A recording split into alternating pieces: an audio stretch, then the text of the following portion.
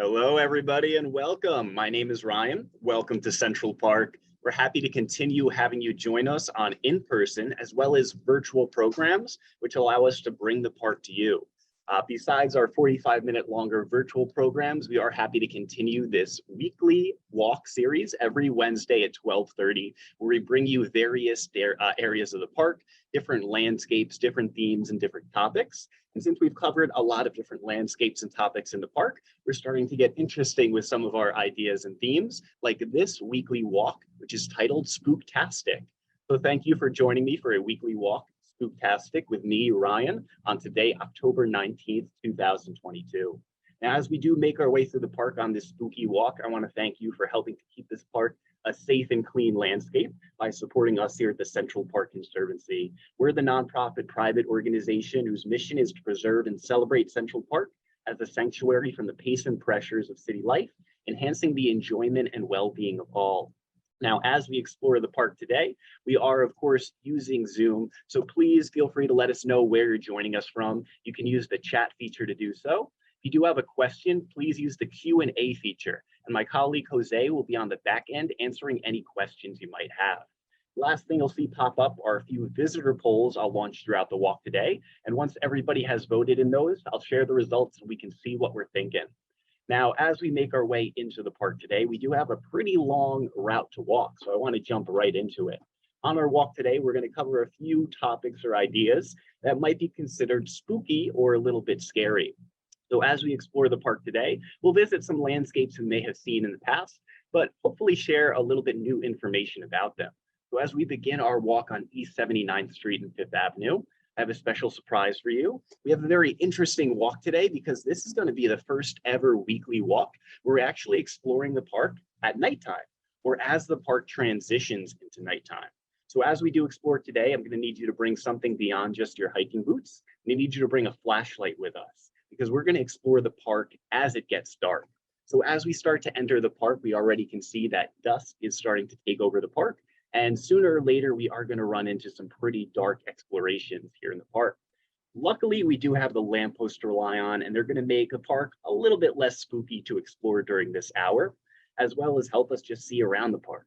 But as we continue up, we're going to walk up Cedar Hill, making our way around the twists and turns of the park on this otherwise pretty gloomy and overcast type of day. A little bit of rain coming down, but luckily that just makes the park more empty, maybe a little bit more spooky. As we walk up the path, we do get to appreciate a little bit of the early foliage that we're seeing here. But just as we turn the corner, suddenly we're confronted by what appears to be a masked figure waving two swords. Phew, luckily this is no sword-wielding masked assailant, but rather friendly King Yagaewo. Friendly as long as you're not trying to challenge Poland's royal family, that is.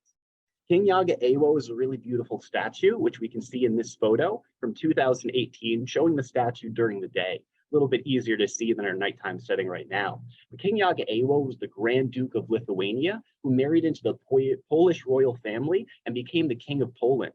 The pose that we see depicts a scene from the 1410 Battle of Grunwald, when the king received two swords from his adversaries, the Teutonic Knights of the Cross. The statue was modeled after a similar pre-existing statue of King Yagaewo. The bronze piece that we see here was sculpted by Stanislaw Ostrowski.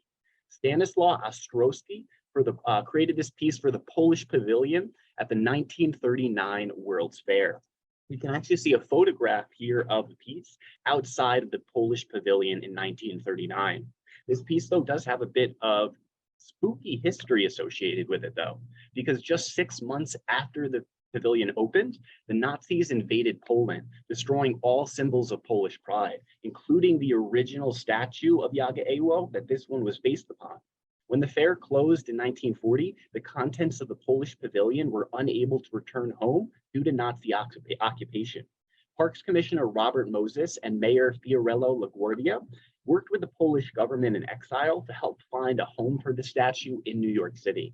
On July 15th, 1945, on what was the 535th anniversary of the Battle of Grunwald, as well as 2 months after VE Day, we see this monument being unveiled here in Central Park, where it's sat ever since.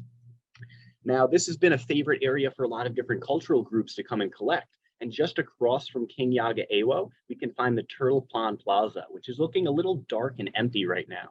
On that note, since we are exploring the park after dark or as it gets dark, I wanted to launch a first poll, which is what's the latest you've ever been in Central Park or explored the park? So I'll let everybody vote in that, and then we'll discuss the results in just a moment. But as we make our way across from King Yagaewo to the Turtle Pond Plaza, we can come to an interesting landscape. This area, again, usually has people dancing on it. And as we move to the shoreline, often we can find turtles over here. Probably won't see any turtles, though, on this rainy, colder day. And although turtles can be found in just about every body of water in Central Park, there was at one point a much larger and much scarier reptile found in one of Central Park's water bodies. Now, rumors of alligators in New York City's sewer systems have always circulated, but in June of 2001, that rumor sounded a little bit more believable because sightings of an alligator were noted in Central Park's Harlem Mere up around 110th and 5th Avenue. Naturally, like many rare animal sightings in the park, this animal became an instant celebrity nationwide. A PR firm in Florida saw the story and actually sent some trained alligator wranglers to help out and hopefully relocate the alligator. But upon capture, it was found not to be an alligator, but rather a crocodile, specifically a spectacled caiman, which is a close relative to an alligator. How do you tell the difference between an alligator and a crocodile? Well, an alligator will see you later, while a crocodile will see you in a while. Now, all jokes aside, I'm not exactly sure some of the specifics that separate an alligator from a crocodile, but often crocodiles are in salt water and alligators in fresh water. But of course, that isn't always the case, as this crocodile, a spectacled caiman, was found in the freshwater body of the Harlem Mere. Anyways, back to our story. This crocodile was caught by Tina Bailey, wife of Mike Bailey, who was the couple the Florida PR firm sent up here to help capture and relocate this alligator. While a gator or alligator may seem scary, this animal was probably more afraid of us New Yorkers, as the owner of the PR firm was quoted telling wrangler Mike Bailey, "Be careful, some of those New Yorkers can be tougher and a lot more aggressive than the alligators." Well, hopefully they had a nice warm reception as they came up here and captured this spectacled caiman that in 2001 was hanging around the Harlem Mere. Luckily, we won't find any alligators as we continue our nighttime stroll today, but we'll keep our eye out for any other types of wildlife we might encounter. As we take a break from some wildlife, we can come up to what looks like a setting very fit for a night. And I don't mean night, N-I-G-H-T, I mean night with a K. Because as we come up to this plaza, we find ourselves just in front of Belvedere Castle. The impeccable Belvedere Castle, or beautiful view as it's translated from Italian, is a wonderful visitor center that provides beautiful views of the surrounding area. It was created in the 1860s and it underwent many different transitions and different periods, but ultimately stood the test of time and today serves as a visitor center offering free views of the surrounding landscapes around us. As we turn our attention a little bit to the left, we see the wooden pavilion in the castle, which serves as a lovely outdoor cover from the rain or an area where we can get some inside comforts with outside views. The small tower we see on the left was actually part of a recent restoration project that Belvedere underwent about 3 years ago, which was completed in 2019, returning an original design to this landscape that was lost for a long, long time. And what we can also think about is how scary Belvedere used to look. While it might be warm and inviting today, this was the scene we would see up here some 40 years ago. Had we found ourselves facing this site currently, especially at night, we'd probably be running for the cover of 8th Avenue. Unfortunately, this was a common sight to see all around the park. Throughout the late 20th century, we see a lot of deterioration of the park due to lack of management and funds being provided for the park. And we see many structures like Belvedere, unfortunately, looking like this. And this wasn't even the worst of it. Beyond the building being covered in graffiti, having the doors and windows boarded up, we'd also see signature accents from Belvedere really just being entirely removed or falling apart over the years. You might notice in the bottom left of this photo, there is no wall surrounding Belvedere Castle's plaza.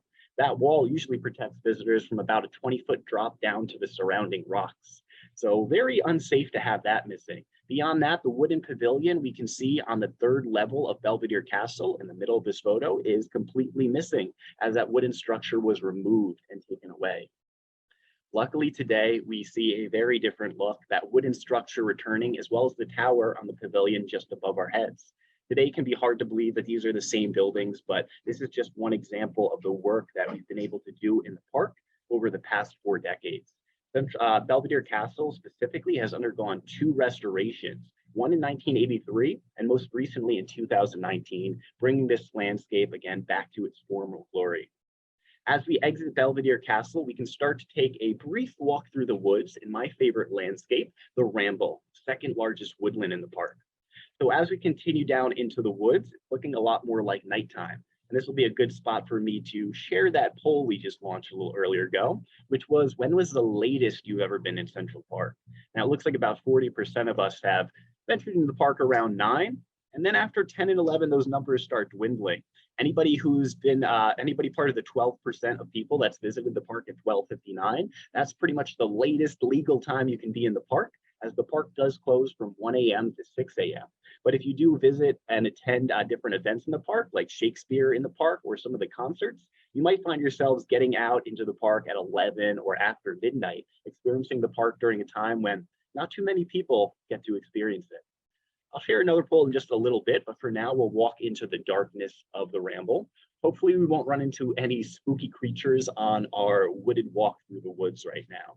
But luckily we have the glow of the lamppost helping out a little bit, adding a little bit of extra shine and shimmer to our walk. As we step into the dense woods of the Ramble, we can certainly rely on these lampposts. And we can also consider the fact that at one point, the Ramble was known as one of the most dangerous places in all of New York City.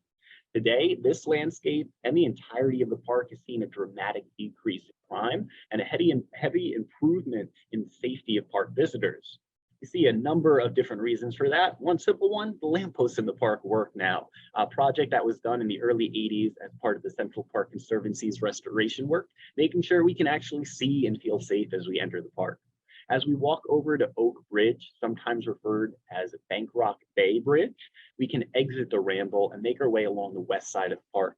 But before we do so, we can get a nice view looking south over the lake, the first landscape created in Central Park, and one created for the purpose of ice skating.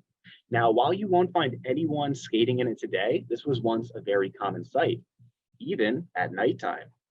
In this painting, we can see, painted by John O'Brien Inman, titled Moonlight Skating, Central Park, the Terrace and the Lake, we can see how popular the activity of ice skating was, even at night. This activity was so popular that Central Park's operating hours would actually be extended to allow for people to come and go ice skating on various water bodies at nighttime, primarily relying on moonlight. Now, while there are many stories of ghosts here in New York City, there is one rumored story of a pair that exist here in Central Park.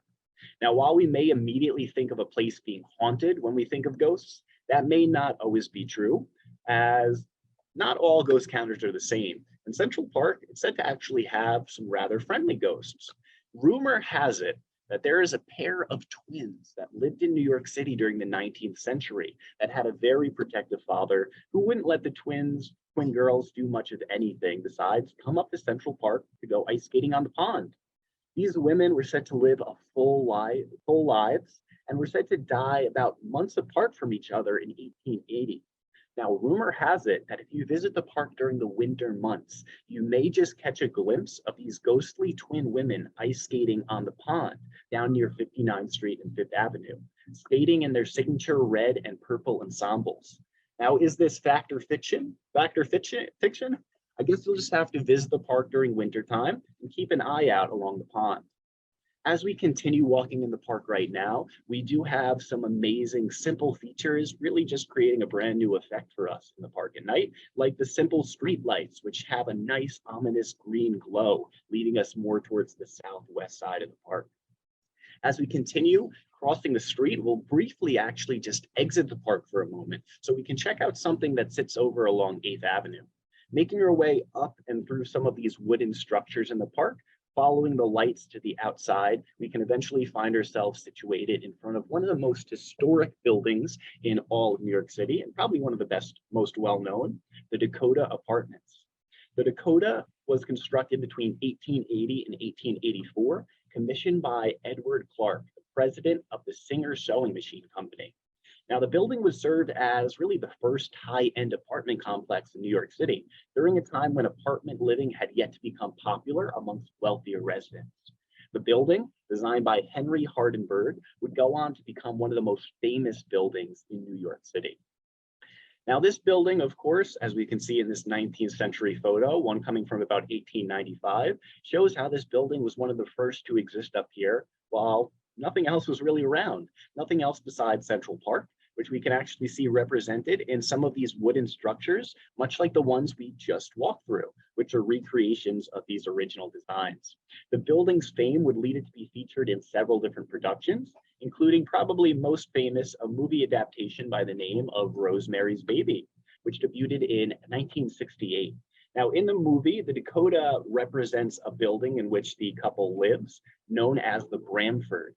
The Dakota, serving as the Bramford, is the residence of Rosemary Woodhouse and her husband Guy, who run into some satanic troubles. I won't spoil the ending for you if you haven't seen it, but an interesting film that has its main central kind of scenes occurring here within the Bramford, which is played by the Dakota.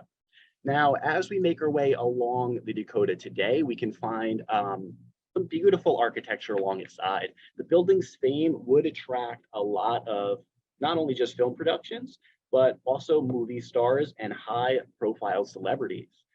Probably most notably, John Lennon and Yoko Ono, who moved into the building in 1973. Now, one of the building's biggest draws for the couple was the proximity of Central Park, and they frequented the park even during its worsening state throughout the 1970s.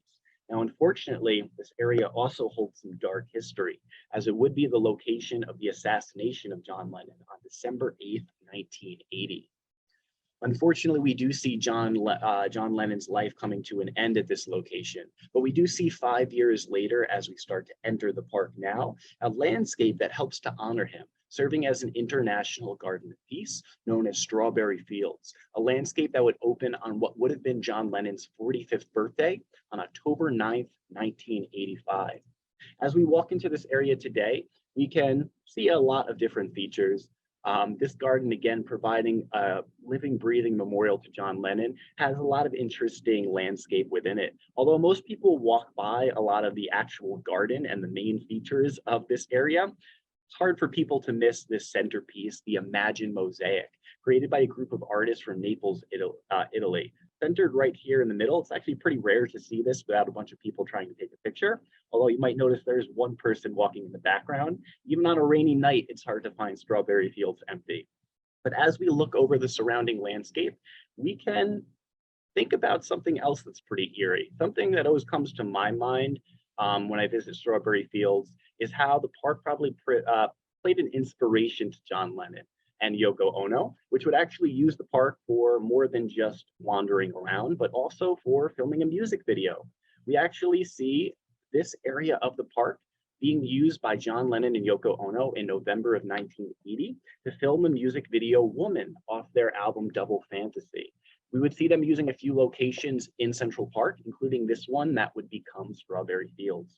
Now, what I find most eerie about these photos is some of the most memorable images of John and Yoko, such as a promotional shoot through Central Park on November 26, 1980, their Rolling Stone cover shot by Annie Leibovitz, as well as this photo taken by Alan Tannenbaum, are some of the most memorable photos of John and Yoko, and they were all taken weeks, days, and even hours before his death. So a very interesting, eerie type of photo we see here. But this one is a favorite of mine, showing John and Yoko in the area that would become Strawberry Fields. And looking over the benches in Strawberry Fields today, we can almost still picture John and Yoko hanging out much like they are here. Now, as we leave Strawberry Fields, we'll walk a little bit to the light, making our way towards a pretty known area for our last leg of the tour. As we do make our way down, I do want to share another result.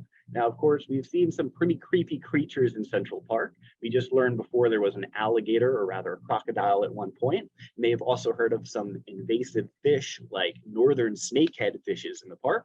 Now, while there are a lot of creepy, interesting wildlife here, I'd like to see what you consider to be maybe the scariest wildlife you've ever encountered in the park. If there is something that is not on here and you do choose other, I would love for you to write in the chat what that other type of scary wildlife might be. But for now, we'll continue walking towards the light a little bit, making our way down into a pretty formal section of the park. And while the lights may be drawing us in, I think the main light we're getting is coming from the mega skyscrapers along Central Park South and Times Square, only about 20 or 30 blocks south of where we are now. So as we walk along this area of the park, we can follow some of the lamps in the park, which lead us to a more brightly lit area. But as we wrap around the path, we can see not all areas of the park are that brightly lit. And as we come up to this dark site, not too hard to tell what this is. It's the very famous setting of Bethesda Terrace and the Angel of the Waters fountain. The true lore of this area, though, is not that comes from this rather the true lore of this area during this hour of the night is actually not the fountain itself, but something just across from the fountain. So as we walk down, we can find something very beautiful, a nice candlelight almost type of glow, looking like the warm light of a candle kind of coming through the teeth of a jack-o'-lantern. We see Bethesda Arcade shining bright during this hour. As we start to make our way into the arcade, we can take a moment to not be scared, but rather feel very calm and collective. This beautiful area features the tiles along the ceiling, these encaustic Minton tiles created over 160 years ago, paired with the beautiful melodies of one of our favorite park performers, Carlos, who we can see in the middle of this photo. This area is anything but spooky, giving us again a very almost campfire type of feeling as we hang out in this area. Now, as we've learned with a few sections of the park, not all these areas were so warm and comforting. In fact, in the past, this was one of the more spooky areas in the park because the architecture around here was anything but pleasing. We would see a lot of damage to this area, including the beautiful Minton tiles which hang underneath us. These tiles were actually damaged from years and decades of neglect. We do eventually see them being removed in the 20th century around 1970s to 1980s, being placed into a storage facility until that project could be completed in 2007. This was one of the most major projects to occur in Central Park, and it's actually considered one of the greatest architectural restoration projects of the 21st century. At least that's what it's been quoted as being referred to. But today, of course, we see this project firsthand being completed and providing just an immense amount of beauty to this area. I think the Bethesda Arcade section of the park is probably one of the most immaculate areas to visit at nighttime, just to see one of the main features of that restoration, these beautiful lamps being featured, which put all of the attention on the tiles rather than shining light down into our face. As we make our way to our final stop, we actually can see something peering at us from the top of the staircase. So as we make our way just up the stairs, coming to our final stop, we can see something looking back at us. And while we try to figure out what that is, I will share that poll that we just launched a little while ago. And no surprise here, the rat is going to be the scariest wildlife that most of us have encountered in the park. And luckily, we don't see as many as we may, because of some great practices we do at the Conservancy, removing garbage cans from wooded areas, using rat-proof trash cans, and mint-scented trash bags, which reduce the overall rodent population. Features like this have led to really a less rat-filled park and a more people-filled park. But of course, a lot of interesting critters on there. Some people may have seen a snake in the park. I've actually never encountered a snake, but I've heard you could potentially find one or two here or there. But if anybody has written other in this poll, I'd love to hear what other type of wildlife you're referring to. If you wouldn't mind writing in that chat, I'd love to read that afterwards. But as we continue to our last stop, we can see something again, just kind of looking down at us from the top of the staircase. As we move a little bit closer, you might have a better idea of what that is. Anybody see that? Any idea just yet?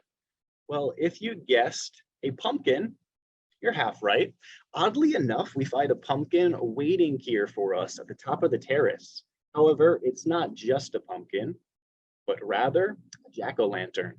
This couldn't be more appropriate site for us to just randomly encounter here in the park. I promise I didn't put this jack-o'-lantern here. It was actually here. We were walking around the park, but a really amazing feature to find, not only for the theme of our walk, but also because of where we are in the park, what our last stop is. As we draw our attention a little bit over towards the left, we can notice a few pillars that have sandstone carvings depicting various themes. Overall, they all represent the passage of time, but the specific western pillar we find here helps to represent nighttime through a few different carvings. One of the carvings we can see here represent an owl and a bat, a very appropriate representation for nighttime, and maybe a carving I should have featured on the other week's bat walk. But what we can see here, the bat as well as the owl have a few resculptings, as many of these carvings, or few, not actually even many, but just a few of them were damaged over time. And we did have to replace some of the carvings. But luckily, we were able to replace them using quarried sandstone from the same source as these original carvings. So we do see a few areas being recreated based on original blueprints as well as photographs, helping to keep these carvings alive for many future generations. As we move to the western side of this pillar, we are going to see what is probably the most appropriate carving for our walk today. You can also see that jack-o'-lantern on the bottom right corner just hanging out. Again, very appropriate to find this here. But on the far west side of the pillar, we can find the most appropriate carving for the Spooktastic walk, that of a witch carving. And this one helps us not only connect to this walk pretty well, but it also helps us better understand where the holiday associated with witches ultimately comes from.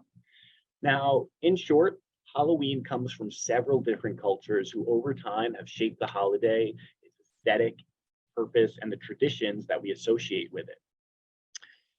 As we look a little bit closer on this witch in particular, we can see some of the representations from the early traces of the holiday, which come from Gaelic cultures, a lot of Irish and Scottish, as well as Christian groups that celebrate a holiday that was often referred to by many names, such as All Saints' Day or All Saints' Eve, All Souls' Day, All Hallows' Eve, and a few others in that general realm of things. These holiday roots, which involve honoring the dead, eventually spread to North America and received a little bit of tweaking. One small tweak we can notice in the design of this witch's cap, actually, which is in American culture, they tend to have a more long, pointed hat, whereas we often see a more rather stubby, rounded cap traditional of early Irish and Scottish cultures that were celebrating All Saints' Day. So we can see actually more of a European witch here, helping to honor some of the cultures that created this holiday and brought its traditions over here to North America. Now, there is one other notable tradition change that we can see occurring specific to here in North America, one that we probably know pretty well. This would actually this feature that I'm referring to is actually featured in this carving right here. Although a little dark, we're going to have to improvise a little bit so we can see one of the kind of darkened, shadowed areas of this carving. Now, luckily, we have a little help to be able to spot this out, because if you did listen to my advice in the beginning of the walk, you did all bring your flashlights so we can get a peek of what this carving is. And as we shine our light over at this witch carving, we can see what we actually have here is a secret jack-o'-lantern. Carving faces in fruits and vegetables was a traditional part of the holiday. However, when this was done in Europe, we see a lot of root vegetables being used, like turnips. So a lot smaller of a scale and not really hollowed out. In North America, we would often see pumpkin carving being done, not associated with Halloween, but rather just being done to celebrate the harvest season, which typically lines up with fall and really the October time.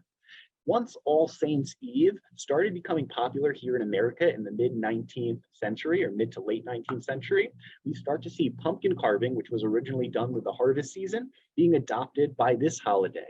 And thus the jack-o'-lantern tradition was born here. As we come to our final stops, we can look back at that jack-o'-lantern, seeing a tradition that has stood the test of time, carving these faces done into fruits and vegetables, often for the purpose of frightening away evil spirits. The carvings we see here in the sandstone help to honor these traditions, as well as the Irish and Scottish immigrants who came to New York City in large numbers between 1845 and 1855, about 900,000 would come and help establish many of the traditions we know and love today. So as we come to the end of our Spooktastic walk, we can enjoy this beautiful scene, which again looks like it was planted, but is just some of the magic randomness that happens in the park. So as we come to the end of our Spooktastic nightly walk here in Central Park, we can look over the long route we've occurred, seeing some features we may be familiar with, but some of the spookier sides of their history that we may not have been aware of. So as we do come to the end, I encourage you to explore the park during all hours of the day and night and check out some of these features firsthand. As we do come to the end of our walk, of course, we do have plenty of ways to learn more about the park, including landscapes we've covered. You can check on our website for our upcoming events and tours, including a few holiday programs that we're going to be doing for Halloween. To find out what those are, you're going to have to check on our website. But if you do look in the chat box, my colleagues will share the link for some of our upcoming events and programs. But I will keep this room open in case there's any questions of yours we haven't had a chance to answer. But beyond that, we look forward to seeing you both in person and virtually on more of our programs here in Central Park. So thank you so much for joining us. And from all of us here at the Central Park Conservancy, stay safe, be well, and we'll see you soon. Happy Halloween.